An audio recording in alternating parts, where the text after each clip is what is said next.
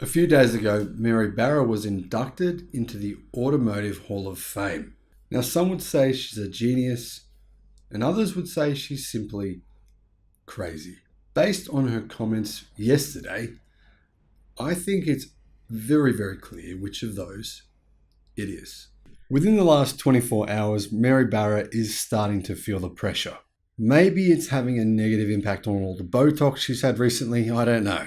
But Mary Barra claims, and many people are believing this, that General Motors has a huge advantage over their other OEM competitors, meaning Ford and everyone else. Now, they do have some advantages, but they have one big disadvantage over their primary competition in the United States, and it's an insurmountable disadvantage. Mary Barra seems to be in denial. Honestly, the fact that General Motors haven't realized what's going on is just shocking. It's almost as shocking as what General Motors did when they decided to partner with Nikola. Seriously, remember that?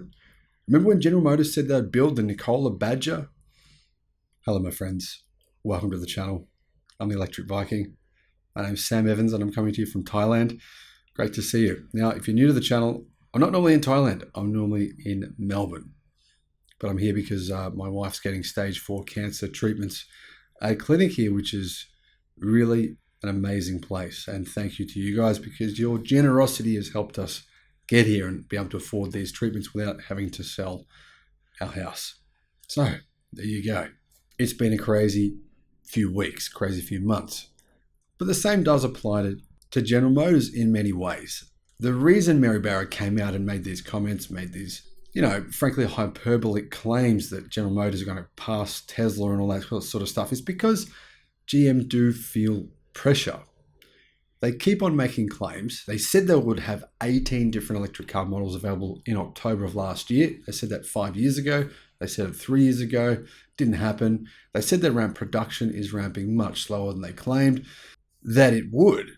And the media, while they're very kind to General Motors, they are starting to put the pressure on Mary Barra. And Barra said on Thursday that GM will stand apart from other traditional car companies this year as it completes its transformation to a technology company. Well, in some degrees, in some ways, that's true.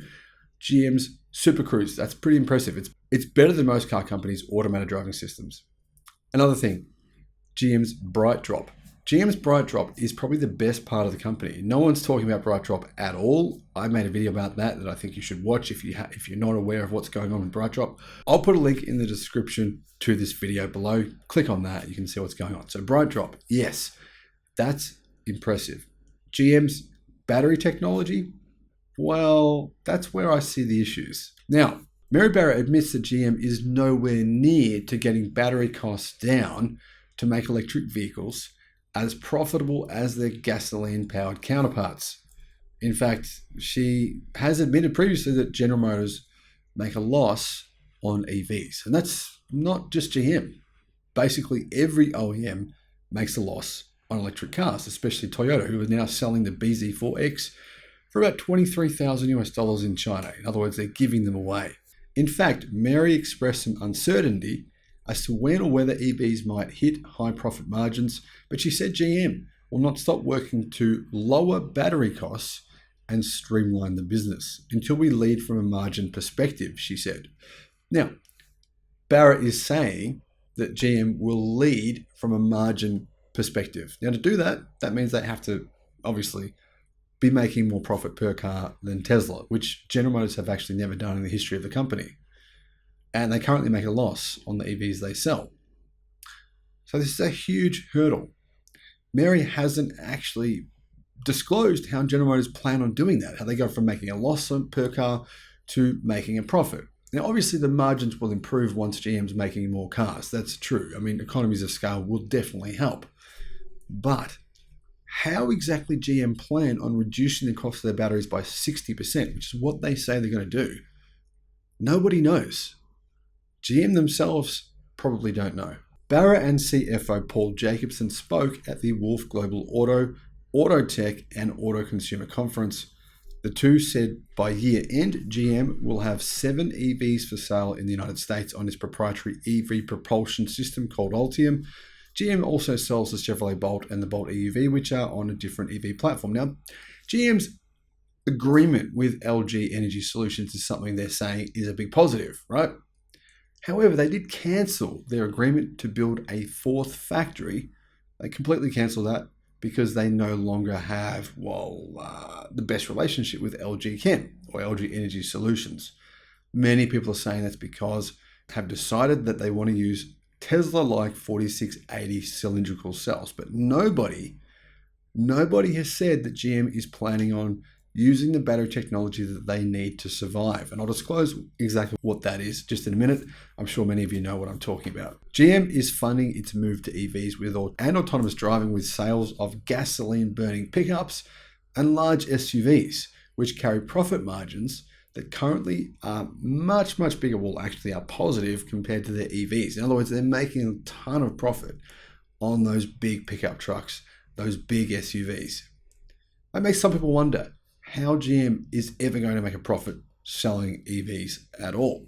Are EVs a good business? The answer is yes, said Mary Barra, but we see it as growth in the interim. The fact that we have the highest customer loyalty, we think getting these customers early will put us in an advantageous position to maintain stronger share as we go to all EVs. Now, Mary Ann Jacobson said, 2023 will see strong demand for new cars even during maybe possibly a recession. They said the ongoing COVID-19 problem in China will impact GM's first quarter results. In other words, they are saying we'll make less money because of the COVID-19 issue in China. I'm pretty sure China's moved on from that now, but anyhow.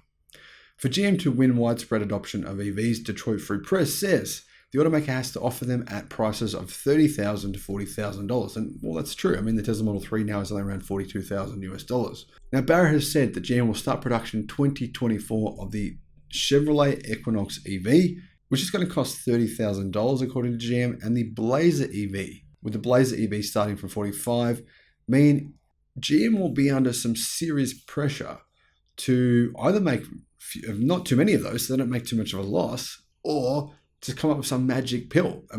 Seriously, being realistic and totally objective here, how exactly are General Motors going to make a $30,000 electric car the size of the Equinox and make a profit from it? Seriously, how exactly can they do that? They haven't said how. There is no car company in the world making a profit outside of China, making a car that size with a lithium ternary or nickel and cobalt-based lithium battery. And I just don't see how that can work. I just think GM chose the wrong path. They got stuck down that path and they've got nowhere to go. When Mary was asked whether General Motors could make a 20% profit margin, which is around about what Tesla are making, off the sale of a $40,000 EV, Barra said, we aren't anywhere near where we think we can get the cost of the battery cell down. We're going to keep driving that. She did what the politicians do. She just gave a sort of a roundabout answer. But the truth is her answer just admitted to the fact that no, GM can't make a profit off that car. If they could, she would have simply said, yes, we can. Barra said GM has been able to trim some of its costs by partnering with suppliers like LG Energy Solutions to help it manufacture its own batteries and other supply deals to secure raw materials for batteries such as lithium, nickel, and cobalt. But the reality is GM only has one battery partner. They're beholden to that partner. They don't have multiple battery supply deals, which means they don't have a lot of negotiating power. However, then Barra went on to say something which I think is just truly ridiculous. She said GM aims to have industry-leading margins and it continues to invest in partnerships. We're maintaining, we've said, in the 8 to 10% range of profit margins, while we make this accelerated investment and transformation to EVs, and once we get everything ramped up, we're just going to continue to work battery costs down, drive the efficiencies, leverage Ultium, Barra said. Is it going to be 20? I don't know, but we're not going to stop until we lead from a margin perspective. The only possible way for General Motors to do that is to be manufacturing lithium-ion battery cells that are not nickel-based chemistries using cobalt as well. They need to be using lithium iron phosphate or sodium batteries, sodium ion batteries, or a combination of the two. It could be a hybrid lithium iron phosphate sodium ion battery. There is no foreseeable way they can compete with Ford or Tesla because, in fact, Ford will be using lithium ion phosphate batteries in the Mustang Mach-E this year. Apparently, Jim Farley has admitted the fact that he has wanted to sign this agreement with CATL now for many years, but it's taken a long time to get the deal in place. That deal had to be done by Ford. They knew it, Jim Farley knew it, and the reason he said that deal had to be done was because that was the only way Ford could get the cost of the battery pack down. That is reality. That is facing the reality that faces car makers right now, right? That's the only way you can do it. Now, General Motors has not disclosed at any point that they are planning on using sodium ion batteries or lithium ion phosphate batteries or any other battery technology that will enable them to purchase or manufacture batteries at a price that mean that they can make anywhere near 8 to 10% profit margins, let alone 20%, let alone beat Tesla on profit margins. That is purely Disney fantasy.